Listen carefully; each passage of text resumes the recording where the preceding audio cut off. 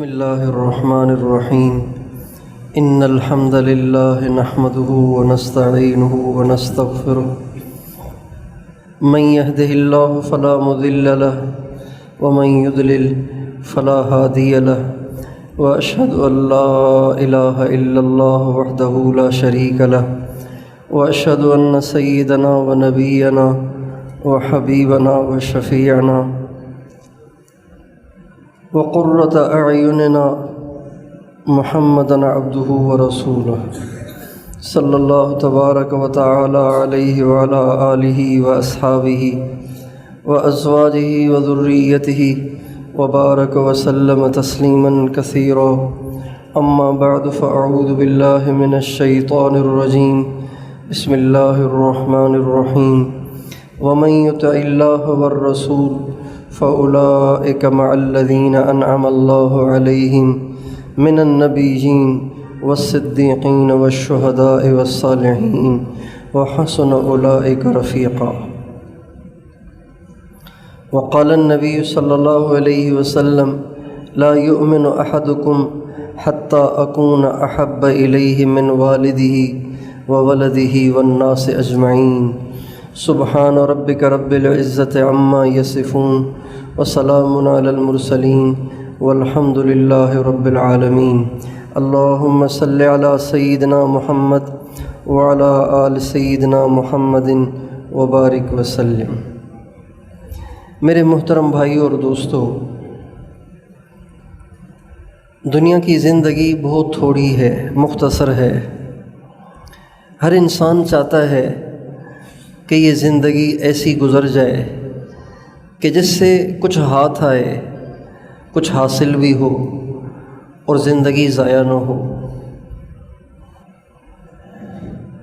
کچھ لوگ یہ سمجھتے ہیں کہ اس تھوڑی سی زندگی میں پیسے بنا لو، دولت جمع کر لو اور پراپرٹیاں بنا لو، بینک بیلنس بنا لو، خود بھی مزے کرو اور بچے بھی پھر مزے کریں گے، بچوں کے لیے بھی آسانی ہوگی، بچے بھی اچھی اور عزت کی زندگی گزاریں گے. کچھ لوگوں کی سوچ یہ ہے کہ زندگی کو ایسے لگایا جائے کہ جس میں عزت ہو، شہرت ہو، نام ہو اور آگے پیچھے لوگ ہوں، عہدہ ہو، کرسی ہو.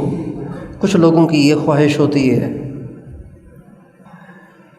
لیکن دیکھا جائے کہ اگر اس مختصر سی زندگی کو دولت کو جمع کرنے میں، پراپرٹیاں بنانے میں، بینک بیلنس جمع کرنے میں صرف کر دیا جائے تو یہ بڑا گھاٹے کا سودا ہے، یہ بڑی غلط سوچ ہے اور یہ بڑی ناکامی کا راستہ ہے. اس لیے کہ زندگی لگائی پیسے کو جمع کرنے میں، دولت بنانے میں، پراپرٹیاں بنانے میں، جب موت آئی تو ساری چیزیں اوروں کے حوالے کر کے انسان خالی ہاتھ چلا گیا تو نفع کا سودا تو نہ ہوا، گھاٹے کا سودا ہوا. جو لوگ سوچتے ہیں کہ اس تھوڑی سی زندگی میں شہرت ہو، عزت ہو، ہٹو بچوں کا شور ہو، آگے پیچھے لوگ ہوں اور بڑی گاڑی ہو اور عہدہ ہو، وزارت ہو، صدارت ہو، بادشاہت ہو، بعضوں کی سوچ یہ ہے. تو اگر ان کی سوچ کا بھی جائزہ لیا جائے تو یہ بھی غلط سوچ ہے، یہ ٹھیک نہیں ہے. اس لیے کہ اگر شہرت مل بھی گئی، عہدہ مل بھی گیا اور وزارت مل گئی، صدارت مل گئی اور آپ ایک ملک نہیں 10 ملکوں 100 ملکوں کے بادشاہ بھی ہو گئے، جب موت آئے گی تو آپ کو مٹی میں جانا پڑے گا. آپ کی شہرت ختم، آپ کا عہدہ ختم، آپ کے آگے پیچھے جو لوگ تھے وہ سب چھوڑ چھاڑ کے آپ کو مٹی میں دبا کے چلے جائیں گے. یہ دونوں سوچیں غلط ہیں، خسارے والی سوچیں ہیں. یہ دونوں راستے گھاٹے کے راستے ہیں، یہ دونوں سودے گھاٹے کے سودے ہیں. صحیح سوچ کیا ہے؟ صحیح سوچ کیا ہے؟ اللہ تعالیٰ فرماتے ہیں فَمَنْ زُحْزِحَ عَنِ النَّارِ وَأُدْخِلَ الْجَنَّةَ فَقَدْ فَازَ وَمَا الْحَيَاةُ الدُّنْيَا إِلَّا مَتَاعُ الْغُرُورِ۔ اللہ فرما رہے جس شخص کے لیے جہنم سے بچائے جانے کا فیصلہ ہو جائے اور اس کو جنت میں داخل کرنے کا فیصلہ ہو جائے، اس کا فیصلہ بھی ٹھیک ہے، اس کا سودا بھی نفع والا ہے، اس کا فیصلہ بھی ٹھیک ہے، اس کی سوچ بھی ٹھیک ہے، اور یہی اصل کامیاب ہے۔ پھر آگے اللہ فرماتے ہیں وَمَا الْحَيَاةُ الدُّنْيَا إِلَّا مَتَاعُ الْغُرُورِ، اور جنہوں نے پیسے جمع کیے، دولت جمع کی، شہرت حاصل کر لی، عہدے دار ہو گئے، وزیر اور بادشاہ بن گئے، یہ تو دھوکے کا سامان ہے، 4 دن کی چاندنی ہے، سب کچھ کر کے مر گئے اور سارا کچھ یہیں چھوڑ گئے۔ تو ثابت ہوا کہ سب سے بڑی کامیابی اور سب سے بڑا نفع کا سودا یہ ہے کہ انسان دنیا میں ایسی محنت کر جائے، ایسی کوشش کر جائے کہ جب دنیا سے جائے تو جنت کا حقدار ہو۔ آپ دیکھیں کچے مکان میں رہنے والے بھی مر جاتے ہیں، پکے مکان میں رہنے والے بھی مر جاتے ہیں، کیبن پہ چیزیں بیچنے والے بھی مر جاتے ہیں، ٹھیے پہ چیزیں بیچنے والے بھی مر جاتے ہیں، اور ملکوں کے صدر اور بادشاہ اور وزیر اور ایم پی اور ایم این اے بھی مر جاتے ہیں۔ نہ ان کا عہدہ کسی کو یاد رہتا ہے، نہ ان کی فقیری اور غربت کسی کو یاد رہتی ہے۔ آپ قبرستان میں جائیں، ایک ہی لیول میں قبریں بنی ہوئی ہیں، اسی لیول کی قبروں میں مالدار بھی دفن ہیں، غریب بھی دفن ہیں، حسین بھی دفن ہیں، کالے کلوٹے سیدھے سادھے بھی دفن ہیں، اور جوان بھی دفن ہیں، بوڑھے بھی دفن ہیں۔ اس لیے کامیابی یہ ہے کہ جنت مل جائے، جہنم سے چھٹکارا مل جائے۔ باقی رہی دنیا تو وہ زیادہ سے زیادہ ہے ہی 60-70 برس۔ ہمارے نبی کا ارشاد ہے اعمار امتی ما بین 60 و 70، میری امت کی اکثر عمریں 60-70 کے درمیان ہوں گی، کوئی ہوگا جو اس سے اوپر جائے گا۔ تو تھوڑی سی زندگی ہے، اس میں سے آدھی تو آپ رات نکال لیں، باقی آدھی زندگی۔ اگر کسی کو 60 سال دنیا میں جینے کو مل جائے تو 15 سال تو بچپن کے چلے جائیں گے، باقی رہ جائیں گے 45 سال۔ 45 سال میں سے آدھی تو راتیں نکال لیں۔ رات کو غریب بھی سو جاتا ہے، امیر بھی سو جاتا ہے، بیمار بھی سو جاتا ہے، صحت مند بھی سو جاتا ہے۔ تو 45 کا آدھا 22 سال رات کے نکل گئے، باقی رہ گئے 22 سال۔ تو 22 سال اگر کوئی مالدار ہو بھی گیا، صدر ہو بھی گیا، بادشاہ ہو بھی گیا، اپنی ساری زندگی کی صلاحیتیں صرف اس پہ خرچ کر دیں، اور پھر 22 سال مزے کر کے جب وہ دنیا سے چلا گیا اور قبر میں چلا گیا اور آخرت کی تیاری نہ کی، جہنم سے بچنے کا سامان نہ بنایا، تو بتائیے جہنم میں جا کر جب اس کی پٹائی ہوگی، اس کی ٹھکائی ہوگی اور اللہ پاک کی طرف سے عذاب کے دہانے ٹوٹیں گے، تو یہ اس کا سودا گھاٹے کا ثابت ہوا یا نفع کا ثابت ہوا؟ اس لیے تھوڑی سی زندگی ہے، اس کو ہم وہاں لگائیں جہاں لگانے کا ہمیں نفع بھی ہو۔ پھر جنت میں جانا کامیابی ہے۔ پھر جنت بھی ایک ہی ڈیزائن کی نہیں ہے، جنت کے بہت ڈیزائن ہیں، جنت کے بہت درجات ہیں، جنت کے بہت سارے درجات ہیں۔ ہمارے نبی کا ارشاد ہے اللہ تعالیٰ نے جو جنتیں بنائی ہیں اس کی 100 کیٹیگریاں ہیں، 100 درجات ہیں، 100 درجات۔ ما بین درجتین کما بین السماء والارض، آپ فرماتے ہیں ہر 2 درجوں کے درمیان زمین آسمان کے برابر فاصلہ ہے۔ ان 100 درجات میں سب سے اوپر کا درجہ وہ ہے جو حضور کے پڑوس والا ہے۔ نبی کریم صلی اللہ علیہ وسلم کے پڑوس والی جو جنت ہے نا، یہ سب سے اونچا درجہ ہے۔ جب یہ سب سے اونچا درجہ ہے تو یہ سب سے بڑی کامیابی، اصل کامیابی جنت ہے۔ پھر جنت میں سب سے بڑا درجہ حضور کے پڑوس والا، تو سب سے بڑی کامیابی حضور کے پڑوس والی جنت کا مل جانا ہے۔ سب سے بڑی کامیابی کیا ہے کہ حضور کے پڑوس میں جنت مل جائے۔ چنانچہ کئی صحابہ کے بارے میں احادیث میں منقول ہے کہ انہوں نے نبی کریم صلی اللہ علیہ وسلم سے کہا، یا رسول اللہ آپ کے پڑوس والی جنت چاہیے، آپ دعا فرما دیں، آپ دعا فرمائیں آپ کے پڑوس والی جنت ہمیں اللہ تعالیٰ عطا فرمائے۔ فرعون دنیا کا بہت بڑا کافر گزرا ہے، بہت بڑا کافر، اس نے خدائی کا دعویٰ کیا تھا۔ اس کی بیوی حضرت آسیہ مسلمان ہو گئی۔ اس بدبخت نے حضرت آسیہ کو بہت ستایا، پہلے تو پریشرائز کیا، مجبور کیا، دھمکیاں دیں اور دین سے ان کو ہٹانے کی کوشش کی، لیکن حضرت آسیہ اس کی دھمکیوں سے متاثر نہ ہوئیں،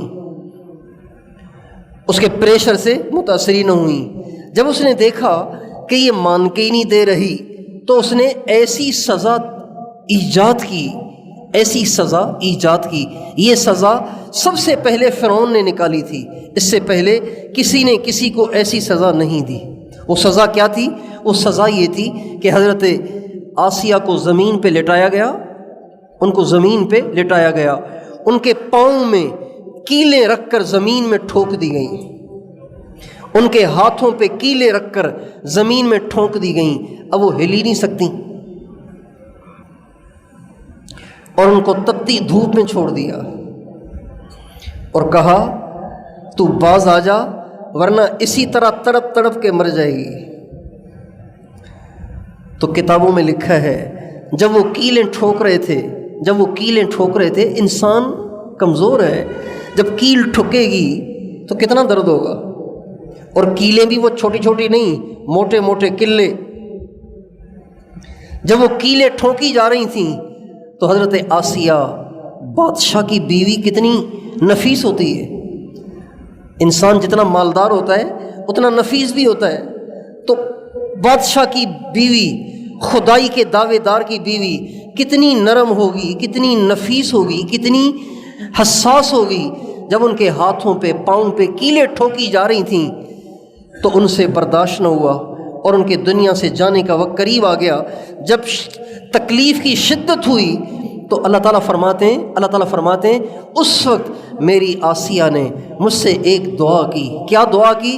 رب ابن لی عندک بیتا فی الجنہ ونجنی من فرعون وعملہ ونجنی من القوم الظالمین۔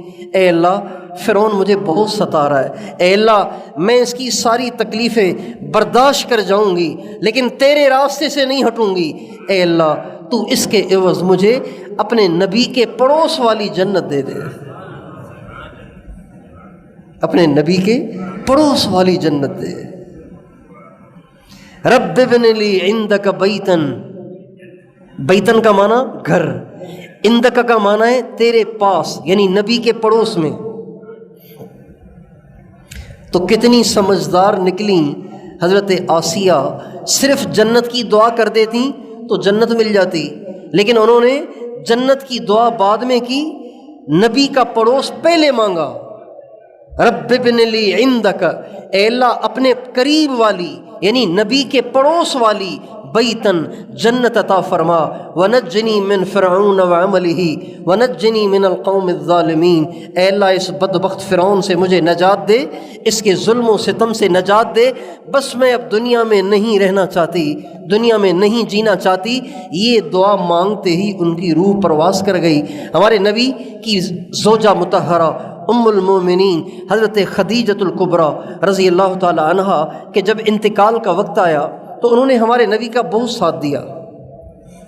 جب ان کے انتقال کا وقت آیا تو ہمارے نبی نے فرمایا، خدیجہ آپ تو اب اللہ کے پاس جا رہی ہیں، جنت میں جا رہی ہیں، جنت میں جا رہی ہیں، جب آپ جنت میں جائیں نا تو وہاں آپ کو آپ کی سوکن ملے گی، اپنی سوکن کو سلام کہنا۔ تو حضرت خدیجہ کہنے لگی، یا رسول اللہ آپ میری سوکن کہاں سے آ گئی؟ میں آپ کی پہلی بیوی، میرے ساتھ کسی اور سے آپ نے شادی نہیں کی تو سوکن کہاں سے آئی؟ آپ نے فرمایا اللہ تعالیٰ نے فرعون کی بیوی آسیہ جس نے فرعون کی طرف سے مظالم برداشت کیے، چونکہ اس نے اللہ سے نبی کا پڑوس مانگا تھا تو اللہ تعالیٰ نے جنت میں اس کا مجھ سے نکاح کر دیا ہے، لہٰذا وہ تیری سوکن ہو گئی، جب تو جنت میں جائے اپنی سوکن کو سلام کہنا۔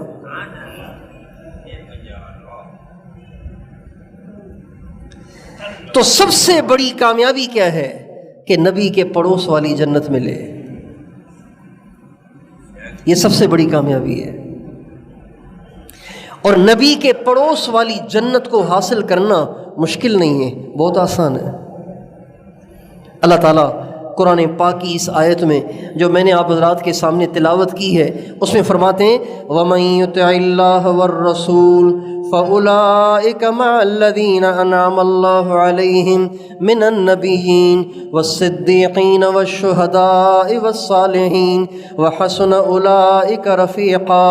جو اللہ کی اطاعت کرے گا، اللہ کے رسول کی اطاعت کرے گا، جنت میں نبی کے ساتھ ہوگا۔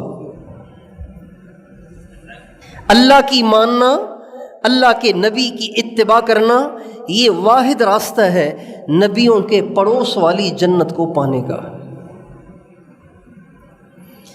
تو نتیجہ کیا نکلا کہ دنیا میں سب سے بڑی کامیابی نبی کے پڑوس میں رہنا، اور نبی کا پڑوس ملے گا نبی کی غلامی اور اتباع سے۔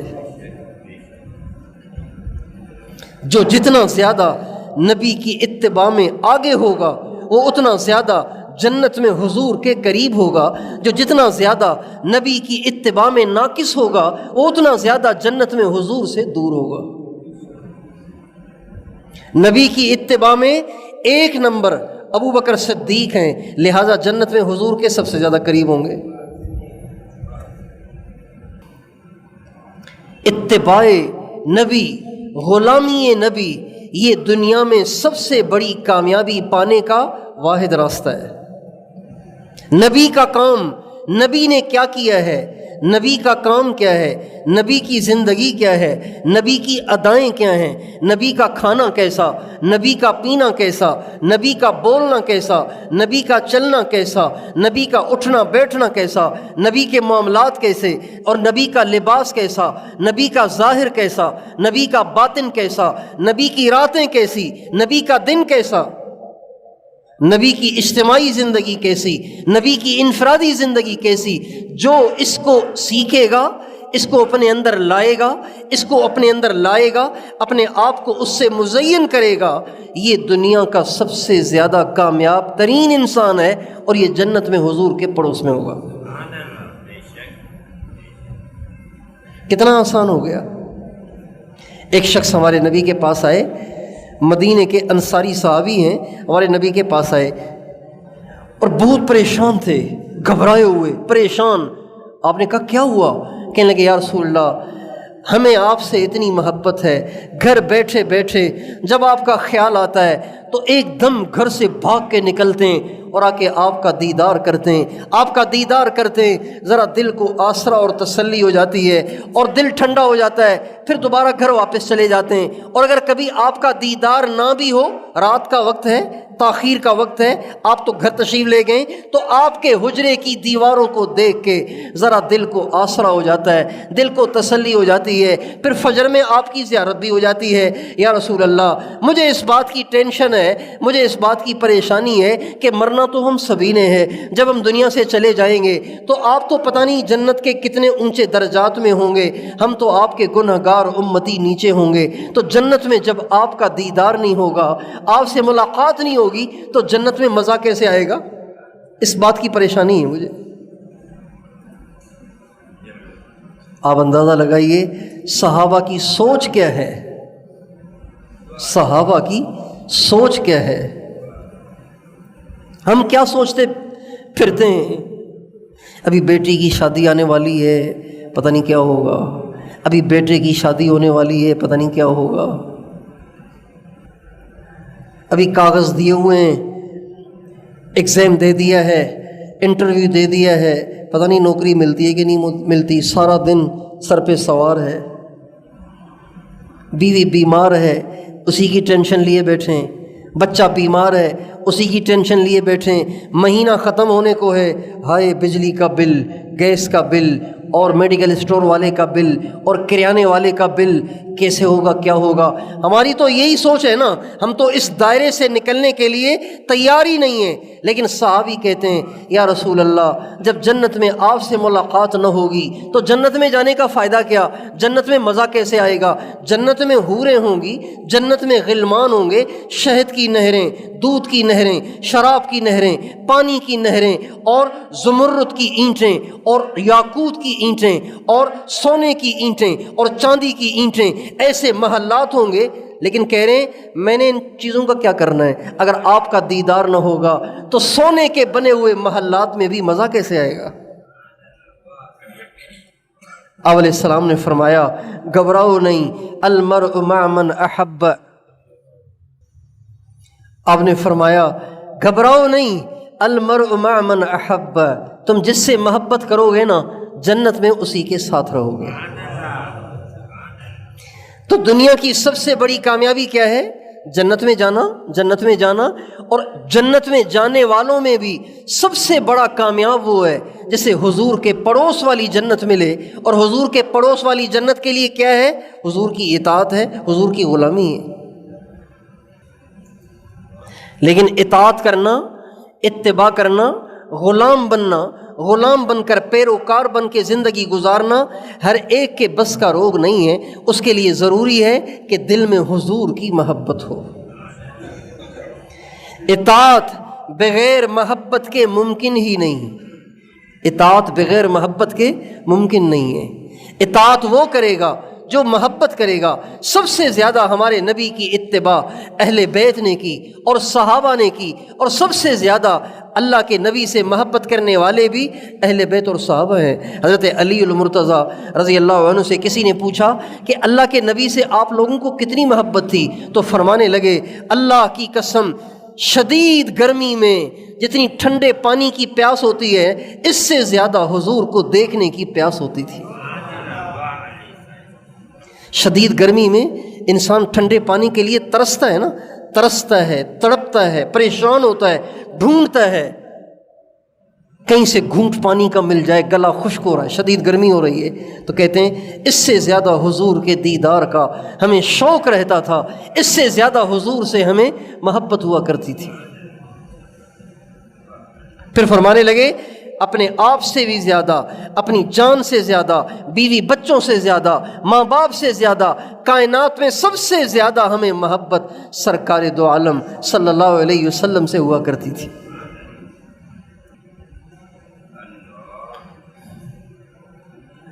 آپ علیہ السلام کا انتقال ہوا، تدفین ہو گئی۔ اس کے بعد ایک عورت آئی، اس کے بعد ایک عورت آئی، اس نے اماں عائشہ سے کہا کہ مجھے اللہ کے نبی سے ملنا ہے۔ کہا ارے مائی تو نے تو دیر کر دی، اللہ کے نبی تو دنیا سے چلے گئے، تو نے دیر کر دی، کاش کہ تو پہلے آتی تو دیدار ہو جاتا۔ اس زمانے میں واٹس اپ تھا نہیں، موبائل نہیں تھا، واٹس اپ نہیں تھا، انٹرنیٹ نہیں تھا، اور یہ جو آج کل ڈاک کا نظام ہے یہ بھی نہیں تھا۔ اب جو آدمی 200 کلومیٹر دور سے چلے گا اس کو 1 مہینہ پہلے نکلنا پڑے گا۔ اب وہ بیچاری چل چل چل چل ریگستانوں کو طے کرتے کرتے جب مدینے پہنچی، اماں عائشہ کے گھر پہنچی تو حضور ہی دنیا سے رخصت ہو گئے۔ کہنے لگیں اچھا حضور چلے گئے، چلے مجھے حضور کی قبر دکھا دیں گی؟ اماں عائشہ نے کہا قبر دکھا دیں گی۔ چنانچہ اماں عائشہ نے اسے نبی کریم صلی اللہ علیہ وسلم کی قبر اطہر کی زیارت کرائی۔ وہ عورت قبر اطہر کے پاس بیٹھ گئی اور بیٹھ کے اس نے رونا شروع کیا، اور روتے روتے اس کی روح پرواز کر گئی۔ عشق رسول میں جان دے دی، ایسی محبت۔ غزوہ احد میں ہمارے نبی کی شہادت کی خبر اڑ گئی تھی، مگر آپ بہت زخمی ہوئے تھے، آپ کے دندان مبارک شہید ہو گئے تھے، تو آپ کے گالوں پہ یہ گالوں پہ آپ نے جو لوہے کی ٹوپی پہنی ہوئی تھی اس کی کڑیاں اندر چلی گئی تھیں، کڑیاں، لوہے کی کڑیاں اندر گھس گئی تھیں۔ تو جب خون مسلسل بہتا چلا جا رہا ہے، کڑیاں اندر گھس گئی ہیں، آپ کے مبارک چہرے میں کڑیاں گھس گئی ہیں اور خون مسلسل بہہ رہا ہے، مسلسل بہہ رہا ہے۔ ایک صحابی نے دیکھا تو آگے بڑھ کر ان کڑیوں کو نکالنے کی کوشش کی، لیکن کڑیاں نہیں نکلتی تھیں، وہ بہت زیادہ اندر چلی گئی تھیں۔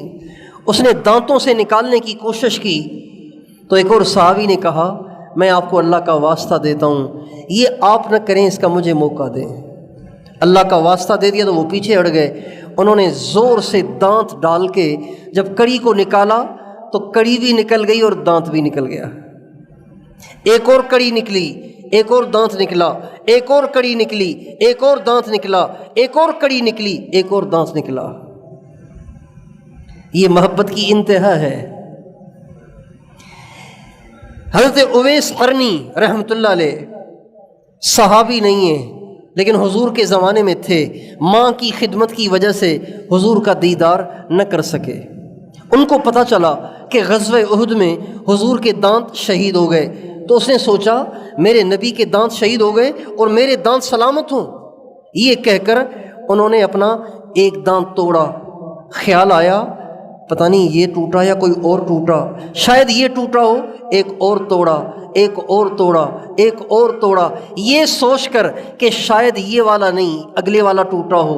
یوں ہی توڑتے توڑتے 32 کے 32 دانت انہوں نے توڑ دیے، حضرت اویس قرنی رحمۃ اللہ علیہ نے۔ ایسی محبت۔ غزوہ احد میں جب کفار کے تیروں کا نشانہ، تلواروں کا نشانہ اور نیزوں کا نشانہ حضور کو بنا دیا گیا، سارے تیروں کا رخ حضور کی طرف، سارے نیزوں کا رخ حضور کی طرف۔ ان کا ٹارگیٹ یہی تھا کہ ان کو ختم کرو۔ حضرت طلحہ رضی اللہ تعالیٰ عنہ نبی کریم صلی اللہ علیہ وسلم کے سامنے آ کے کھڑے ہو گئے، سامنے آ کے کھڑے ہو گئے۔ جو تیر آتا اس کو اپنے اوپر لے لیتے، جو نیزہ آتا اس کو اپنے اوپر لے لیتے، اور یہ بھی نہیں کہ طبیعت پریشان ہو رہی ہے اور طبیعت میں اکتاہٹ ہے اور طبیعت میں بے چینی ہے، بلکہ بشاشت کے ساتھ سارے تیر اپنے اوپر لے رہے ہیں اور کہہ رہے ہیں وجہی لوجہک الوقاء ونفسی لنفسک الفداء۔ اے اللہ کے نبی، میری جان آپ کی جان پہ قربان ہے، میرا چہرہ آپ کے چہرے کے لیے ڈھال ہے۔ جو تیر آپ کے چہرے کی طرف آئے گا میرا چہرہ آپ کے لیے ڈھال بن جائے گا۔ یہ محبت ہے۔ غزوہ احد میں جب آپ علیہ السلام کی خبر، شہادت کی خبر اڑ گئی تو مسلمان پریشان ہو گئے۔ بڑے بڑے صحابہ احد کے دامن میں آ کے بیٹھ گئے اور نا امیدی کا شکار ہو گئے اور کنفیوز ہو گئے کہ اب حضور چلے گئے، کیا ہوگا؟ تو حضرت سعد کہتے ہیں ہمارے پاس سے دوڑے دوڑے بھاگے بھاگے حضرت انس بن نضر گزرے۔ حضرت انس بن نضر انہوں نے جو ہمیں بیٹھا دیکھا تو کہنے لگے کیا کر رہے ہو؟ کہ حضور شہید ہو گئے اس لیے پریشان بیٹھے ہیں۔ تو کہنے لگے جب حضور شہید ہو گئے تو پھر تم جی کے کیا کرو گے؟ اٹھو تم بھی کھڑے ہو کر اس چیز پہ جان دو جس پہ حضور نے جان دی۔ پھر کہنے لگے الجنت الجنت یا سعد انی اجد ریحہا من دون احد۔ اے سعد، اللہ کی قسم احد پہاڑ سے مجھے جنت کی خوشبو آ رہی ہے۔ چونکہ احد پہاڑ پہ حضرت خالد لشکر لے کر مسلمانوں کو دھڑا دھڑ شہید کر رہے تھے۔ تو حضرت انس بن نضر کہنے لگے اے سعد، اللہ کی قسم مجھے احد پہاڑ سے جنت کی خوشبو آ رہی ہے۔ انی اجد ریحہا من دون احد، مجھے احد پہاڑ سے جنت کی خوشبو آ رہی ہے۔ یہ کہہ کر دوڑ کے گئے، کفار کے مجمع میں گھسے اور شہید ہو گئے۔ ایسی حضور سے محبت۔ سب سے بڑی کامیابی نبی کی غلامی سے ملے گی، اور نبی کی غلامی اس کو نصیب ہوگی جو سب سے زیادہ نبی سے محبت کرتا ہوگا۔ ایک دفعہ آپ علیہ السلام نے فرمایا تم مومن نہیں بن سکتے جب تک کہ میں تمہیں سب سے زیادہ محبوب نہ ہو جاؤں۔ تو حضرت عمر کہنے لگے یا رسول اللہ سچی سچی بات بتاؤں، مجھے آپ سے، ماں باپ سے، بیوی بچوں سے سب سے زیادہ محبت ہے، لیکن اپنی جان سے زیادہ نہیں ہے، جان بہت پیاری ہے۔ حضرت عمر نے کہا، حضرت عمر کی طبیعت تھی کھری، منافقت نہیں تھی طبیعت میں۔ بعض لوگ سامنے کچھ ہوتے ہیں اندر کچھ ہوتے ہیں، اور یہ بہت بری بات ہے۔ ہمارے نبی کو یہ چیز شدید ناپسند تھی کہ سامنے کچھ اندر میں کچھ، سامنے کچھ پیٹھ پیچھے کچھ۔ انسان کو ایسا کبھی نہیں ہونا چاہیے، انسان کو ہونا چاہیے کھرا، صاف ستھرا، جیسا اندر ویسا باہر۔ اللہ کو یہ آدمی بڑا پسند ہے۔ تو کہنے لگے یا رسول اللہ سب سے زیادہ آپ سے محبت ہے، لیکن سچی بات یہ کہ جان زیادہ پیاری ہے، باقی سب سے زیادہ آپ سے محبت ہے۔ آپ نے فرمایا عمر تم مومن نہیں بن سکتے جب تک کہ مجھ سے جان سے بھی زیادہ محبت نہ کرو۔ کہنے لگے یا رسول اللہ بس آج میں نے طے کر لیا کہ آج کے بعد آپ مجھے جان سے بھی زیادہ پیارے ہیں۔ نبی کی محبت نبی کی اطاعت پہ لاتی ہے۔ نبی سے عشق ہوگا، نبی سے محبت ہوگی، نبی سے لگاؤ ہوگا تو نبی کی اطاعت کرنا آسان ہوگا۔ آج جہاں جہاں ہمیں سنت کی خلاف ورزی نظر آتی ہے، جہاں جہاں نبی پاک علیہ السلام کے طریقے کے خلاف زندگی نظر آتی ہے، یہ نبی پاک علیہ السلام سے محبت کی کمی ہے۔ جتنی محبت ہوگی اتنا ان کا رنگ چڑھے گا، جتنی محبت ہوگی اتنی ان کی جھلک نظر آئے گی۔ صحابہ کہتے ہیں سب سے زیادہ حضور کی نماز کی جھلک حضرت ابو بکر صدیق کی نماز میں تھی، سب سے زیادہ۔ حضرت ابو بکر صدیق جب نماز پڑھتے تھے ایسے جیسے حضور خود کھڑے ہوئے۔ جتنی زیادہ محبت ہوگی اتنی زیادہ جھلک ہوگی، جتنی زیادہ محبت ہوگی اتنا زیادہ ان کا رنگ چڑھے گا، جتنی زیادہ محبت ہوگی اتنا ان کا غلام بنے گا، اتنا ان کا پیروکار بنے گا، اتنا ان کا تابع دار بنے گا۔ آج میں اور آپ اپنی زندگیوں میں غور کریں، کون حضور سے کتنی محبت کرتا ہے؟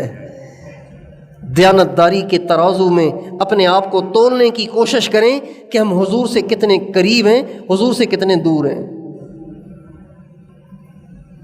اس لیے بزرگی کا جو معیار ہمارے اکابر نے ہمیں بتایا، بزرگی کا معیار ہواؤں میں اڑنا نہیں ہے، بزرگی کا معیار کاغذ کو نوٹ بنانا نہیں ہے، بزرگی کا معیار مٹی کو سونا بنانا نہیں ہے، بزرگی کا معیار پانی پہ مصلی بچھا کے نماز پڑھنا نہیں ہے، بزرگی کا معیار اچھے خواب نہیں ہے، بزرگی کا معیار قبر والوں کے حالات کا بتانا نہیں ہے، بلکہ بزرگی کا معیار جنات کو قابو کر لینا اور جنات کو اپنے تابع کر لینا نہیں ہے، بلکہ بزرگی کا معیار سرکار دو عالم صلی اللہ علیہ وسلم کی غلامی ہے۔ حضرت جنید بغدادی رحمۃ اللہ علیہ کے پاس ایک شخص آیا اپنی اصلاح کے لیے۔ پہلے زمانے میں لوگ اللہ والوں کے پاس اپنی اصلاح کرانے جاتے تھے، جیسے آج کل لوگ ڈاکٹروں کے پاس جاتے ہیں نا، بیماری اپنے ظاہر کی اصلاح کرانے کے لیے، یعنی بیماری کی اصلاح کے لیے کہ بیماری ختم ہو جائے اور صحت مل جائے۔ چھوٹی بیماری ہوتی ہے تو ڈاکٹروں سے مل کر ان کو فی دے کر ان سے پرچہ لکھوا کر میڈیکل اسٹور پہ جا کے دوائیاں لے کے گھر آ جاتے ہیں۔ چھوٹی بیماری ہوتی ہے تو ایسے کر لیتے ہیں، بڑی بیماری ہو تو ایڈمٹ ہو جاتے ہیں، داخل ہو جاتے ہیں۔ تو اسی طرح پہلے زمانے میں لوگ اہل اللہ کے پاس اپنے اندر کی اصلاح کے لیے جاتے تھے۔ حضرت میں آپ کے پاس رہنا چاہتا ہوں، مجھے اجازت ہے، میں اپنے دل کی اصلاح چاہتا ہوں، میں اپنے دل کی صفائی چاہتا ہوں، میں اللہ سے تعلق چاہتا ہوں۔ اللہ چاہیے، آپ کے پاس رہ کر اللہ کو حاصل کرنا چاہتا ہوں۔ اب یہ ماحول ختم ہو گیا، اس لیے کہ اللہ کی طلب ہی نہیں رہی، اب اللہ کی طلب ہی نہیں ہے۔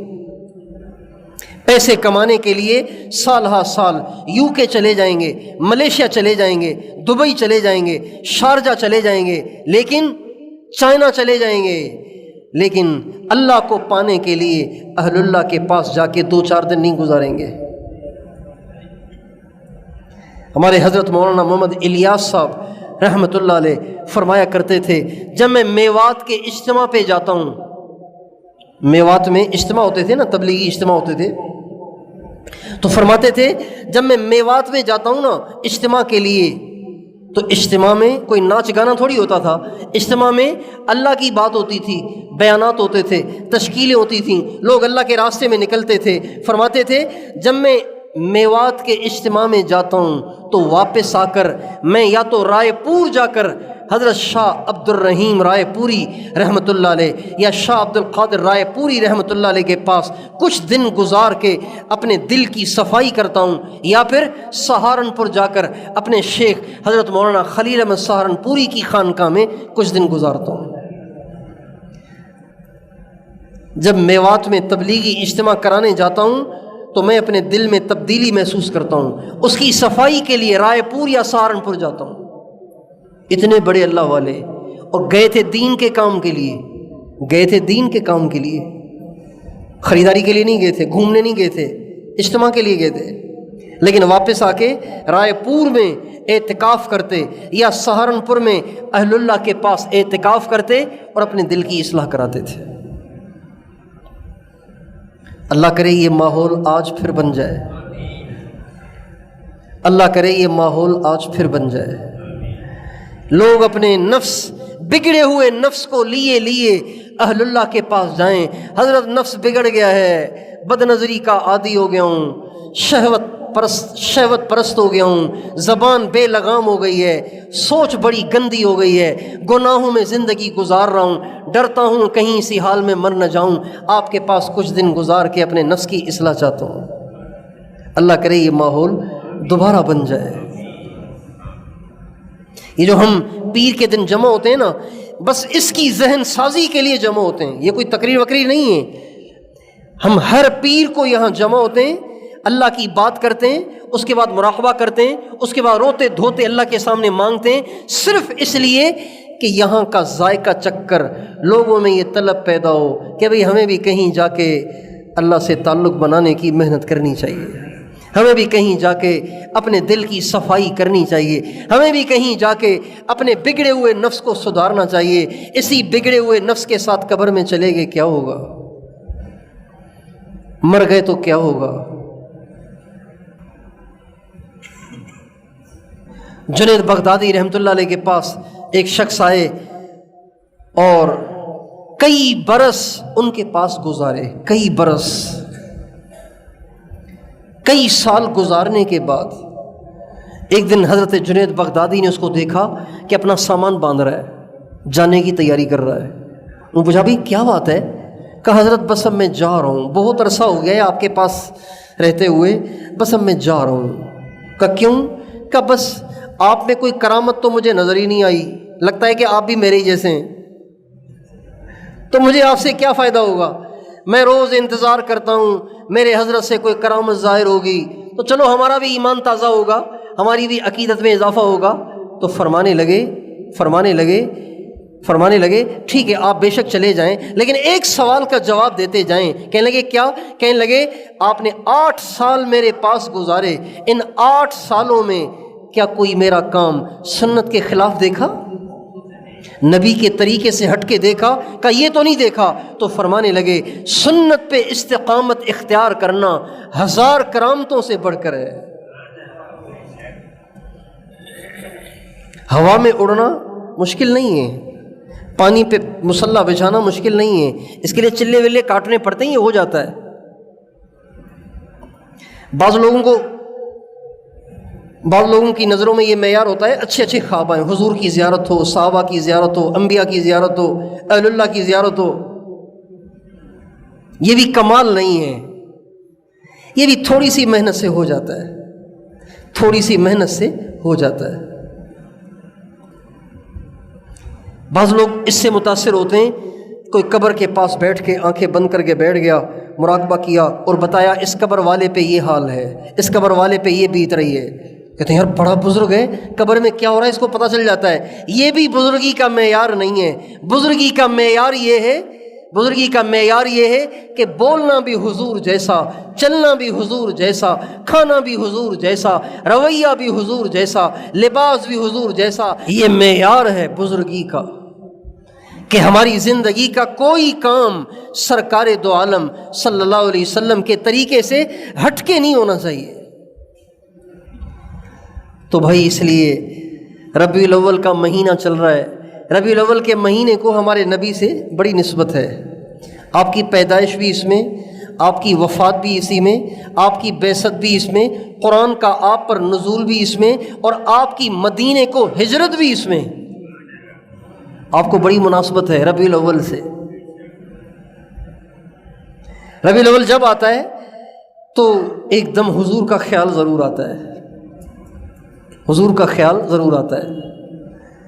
اب کوئی کسی طریقے سے مناتا ہے، کوئی کسی طریقے سے مناتا ہے، یہ الگ بحث ہے، لیکن ہمیں یہ کرنا ہے کہ اس ربیع الاول کے مہینے میں جب ہمیں حضور کی یاد آئی تو ہمیں یہ طے کرنا ہے کہ میں اپنی زندگی کو حضرت محمد صلی اللہ علیہ وسلم کے طریقے کے مطابق گزارنے کی کوشش کروں گا۔ تو بھئی کیا خیال ہے، گزاریں گے؟ میری بڑی خواہش ہے کہ جتنا ہمارے پاس مجمع آتا ہے یہ سب کے سب سنت میں ڈھلے ہوئے موتیوں جیسے نظر آئیں، موتیوں جیسے۔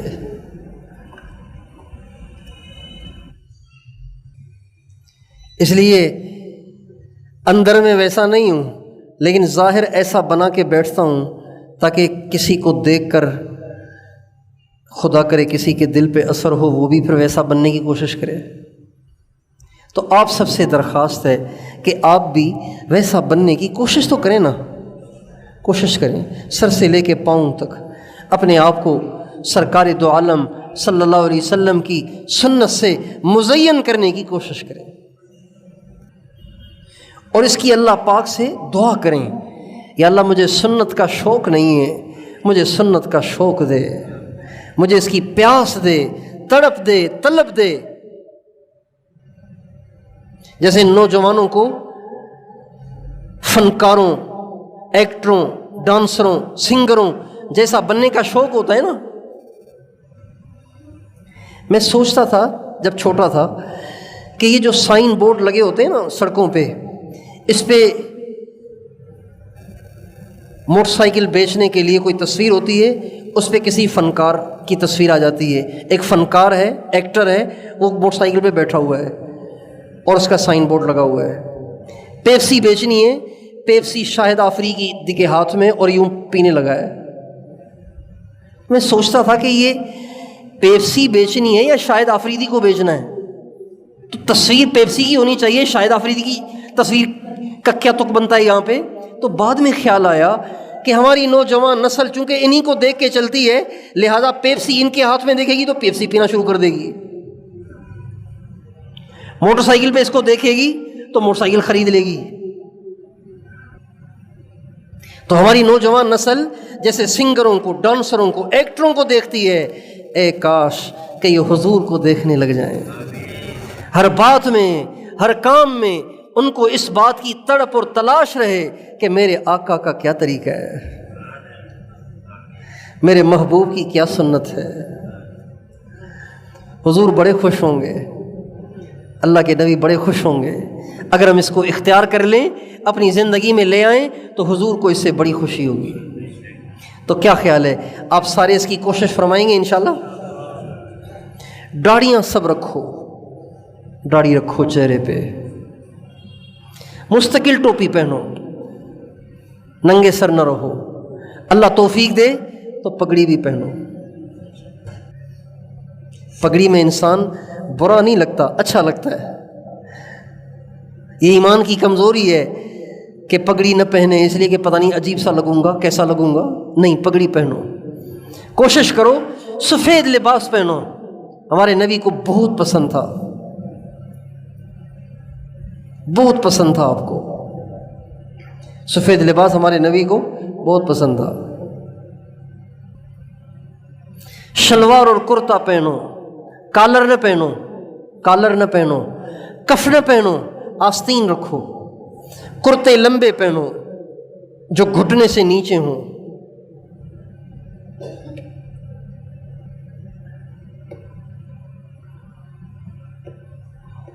اور یہ نہ سوچو کہ دنیا ہنسے گی، دنیا ہنستی ہے تو ہنسنے دیں، حضور خوش ہوں۔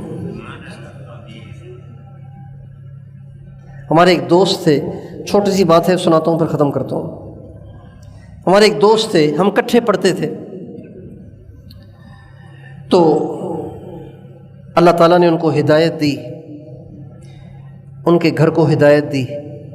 پہلے ان کی کمائی جو تھی وہ ساری حرام تھی، ناجائز کمائی تھی، اور ناجائز کمائی کی بہت بڑی رقم ان کے گھر میں تھی۔ اللہ تعالیٰ نے ایمان دیا، سمجھ آئی، تو سارے گھر نے آپس میں بیٹھ کے طے کیا کہ جو ناجائز کمائی ہے اس کا کیا کرنا ہے۔ تو کہنے لگے ناجائز کمائی ہے لہٰذا اس کو گھر میں نہیں ہونا چاہیے، کیا کریں؟ تو کسی نے کہا لگا دو تیلی، جلا کے خاک کرو، اللہ جب ناراض ہے تو پھر اس کو کیا کرنا ہے۔ چنانچہ انہوں نے بتایا کہ ہمارا سارا گھر جمع ہوا اور نوٹوں کی دستیاں ہم نے اکٹھی کی۔ کیا اکٹھا کیا؟ کیا اکٹھا کیا؟ نوٹوں کی دستیاں، نوٹوں کی دستیاں اکٹھی کی۔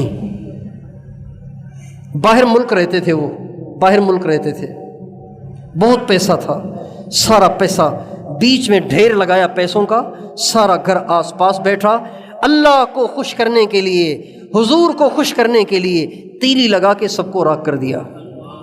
جب رات کو سوئے تو سارے گھر کو حضور کی زیارت ہو گئی، عورتوں کو بھی، مردوں کو بھی، بچوں کو بھی، اس کے باپ کو بھی، خود کو بھی، بھائیوں کو بھی، بہنوں کو بھی، ماں کو بھی، سب کو حضور کی زیارت ہو گئی۔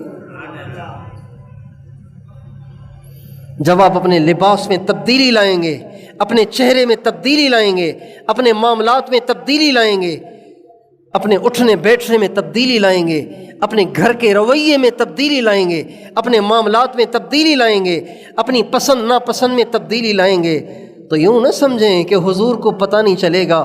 اللہ ضرور حضور کو آپ کی کارگزاری سنائے گا فرشتوں کے ذریعے۔ جب حضور کی کارگزاری پہنچے گی، حضور کا دل خوش ہوگا تو آپ کے تو وارے نیارے ہو جائیں گے۔